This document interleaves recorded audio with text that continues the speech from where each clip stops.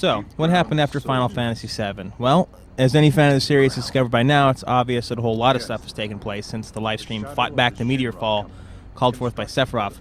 The straight-to-DVD movie Advent Children that came out just a few months ago picked up about 2 years after the end of the video game, but that's not all there is to the story. Another year after that brings us to the events of Dirge of Cerberus, which is the latest in a surprisingly sudden and sizable line of spin-off products based on Final Fantasy VII. But where does Dirge of Cerberus fit in? Well, in quite a few places, actually, since the game puts players in control of a guy that's arguably the most popular optional character in history, who's Vincent Valentine. We get to learn a lot about his background, his true origins, and how deep his ties to Shinra really go. Players will also get to learn a couple of extra tidbits about Yuffie, Ketchi/Reeve, and some of the more behind-the-scenes goings-on that we didn't really know about before. There's also kind of a concurrent story that goes along with the historical references involving an elite military band of killers that's called Deep Ground, but if I get too much into that, I'd probably spoil things. Of course, the most surprising thing about Dirge is that despite its RPG roots, it's actually a shooter this time.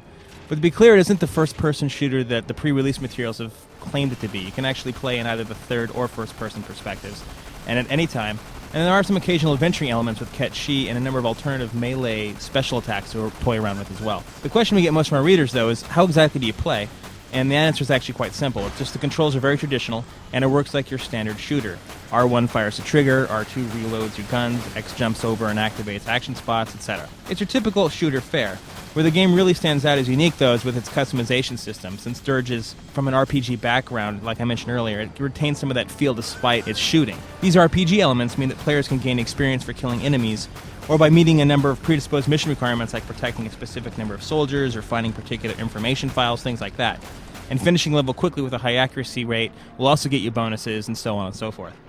But I think the most interesting bit of Dirge of Cerberus is its gun modification, since as you progress, you'll be able to obtain and upgrade a small assortment of gun barrels, attachments, and items and things like that to create the gun that's perfect for your playstyle. So even though you have your handgun, machine gun, and sniper rifle, which are the types of weapons you can create with the parts, the good news is that you can actually modify those. You can give them a good number of extra features that will power them up in different ways, give them special elemental properties, and you can swap between 3 preset customizations, so you don't have to spend an exorbitant amount of time in a menu system fiddling around with things. Now, I know it's no secret that the Japanese version came under a lot of heat for its shortcomings because it had a number of real problems with its targeting and its AI, and a couple of other bugs that really kept it from being a AAA game. The good news is that the American version has actually fixed a number of those problems because targeting enemies is a whole lot easier than it used to be, various balancing tweaks have been added in, and Vincent's limit break transformations, which allows you to turn yourself into the same monsters that you could in Final Fantasy VII, they're actually useful now.